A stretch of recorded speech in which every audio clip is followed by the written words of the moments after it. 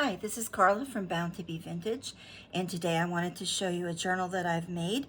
It's an envelope junk journal, and I followed a video by Dawn at the Book Vandal shop for this, and it was made during the most lockdown period of quarantine that we've just gone through here in the United States for the pandemic. So I had to use whatever I could print or whatever I had in my stash, and luckily I've had a stash for a lot of years now. So let me show you how this was made.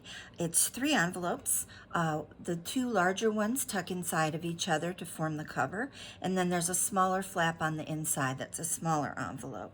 So it's just bound here closed with some seam binding. The papers on the exterior of the journal are from the Graphics Fairy Premium Membership website, and I've just done a little stamping on this. When you flip the journal open, there's a pocket here. The background ledger paper is from the old design shop blog, and I have photoshopped it with a flower image from the Graphic Fairy. So the ledger paper plain is available with the old design shop. Now the envelope makes this little tuck pocket. So in here I have a vellum envelope, and it's just full of some stickers that could be used to embellish the pages as I journal in it. On the other side of the journal, there's the smaller envelope, and this forms a little pocket to keep things in. And I've made a little file folder and stamped it with my initial. And then inside are these note papers, so I could just add little things in there. And that just goes right in. Oops, if I can get it. Goes right back in the envelope. I've left the underside of this plain, but you could do more pockets or something like that. On the back side of the journal, there's a pocket with a thumb hole, and there are 2 little bird postcards. These are freebies from My Porch Prints. I thought they matched real well. And I've done a little bit of stamping on this paper, which again is from the Graphics Fairy Premium Membership site. Inside the front page, it flips open, and there's the other pocket. And I've taken journaling cards from the Graphics Fairy and just sewn lace on them to make little tabs to make them easier to pull out. And much of this journal has been inked up with Tim Holtz's old photo distress ink, just to give it an aged look. The journal itself is bound inside of here. It's stitched, and this lace just covers the stitching on the outside. So let's take a look at the journal. The cover is just some toile stationery I had that I tea-dyed, and I did some stamping. This was a page I had in a bird book, and the book was bound at the top.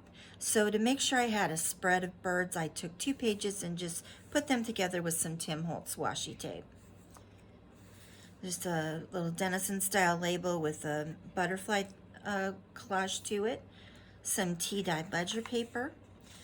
This bird was from Somerset Studio. They have artist pages. Some of the birds that I got from Somerset Studio I've also seen on the Graphics Fairy regular website, so you might look there if you're looking for some bird images. There's a bit of map from an old National Geographic.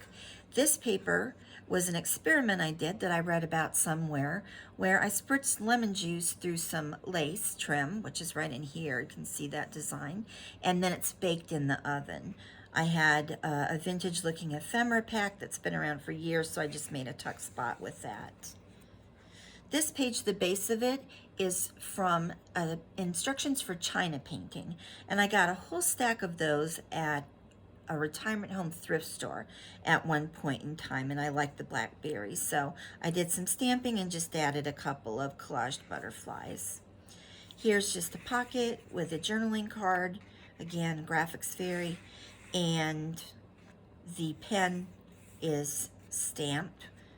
This paper was from the retirement home thrift store as well. A calligrapher had some sheets of paper that had designs on them to practice the lettering on. So the design was there, and I just put some flower stickers on it. I punched a circle out of some shorthand paper and collaged a butterfly. This grid paper is for needle workers to count out their cross stitch, and I just covered it up with a little bit of poppy paper I liked and made a tag that said vintage. The letters are set individually with an old rubber stamp set I have, and I love the kind of typewriter look that that gives it. I folded this page over to make a pocket, and here's a tag. This is Graphics Fairy design with some seam binding. This is another one of those China painting pages, and for this one, for the Morning Glories, I just stamped and I added 3 dots that are from paint chip cards to give a little color to the page. Little bird on some bird cage on some French, vintage French paper. This I just had in my stash. I'm not sure where that came from, with a little butterfly sticker. Some marble paper. Again, it's part of the Graphics Fairy collection. This sheet was another one from that calligraphy set of pages I purchased, and I thought that this area looked like a postcard. So I stamped it with a carte postal stamp and put a pretty blue stamp on it. And then I took a blue ink pen and just went around and highlighted the dots just to give it a little color. This strip of marble paper came from Mulberry Paper, one of their sample packs. They have really beautiful papers. This is the back side of that scrap. Another bird collage. This is another one of those China painting pages, embellished with some scrapbook paper that's been inked, and then a bird, and you can find that bird at the Graphics Fairy. Another tag from the premium membership website, and you can see that this paper was 10 count for needleworking. The back side of the grid paper. This paper lace and this trim had white in them, and I didn't like how it looked with the page, so I used old photo distress ink on them, grunge them up a little bit. Another sheet of that paper for the calligrapher that's been tea dyed. Another piece from the ephemera pack to make a tuck spot, and a label that I just had printed out from ages ago. The back side of the Blackberry China painting page. The Blackberry sticker came from the Old Design Shop blog. She has a lot of great stuff there for free, and then others in her Etsy shop. The back side of the lemon juice paper, special handling sticker. This was a stamp I grunged up a little bit, and marble paper from the Graphics Fairy again.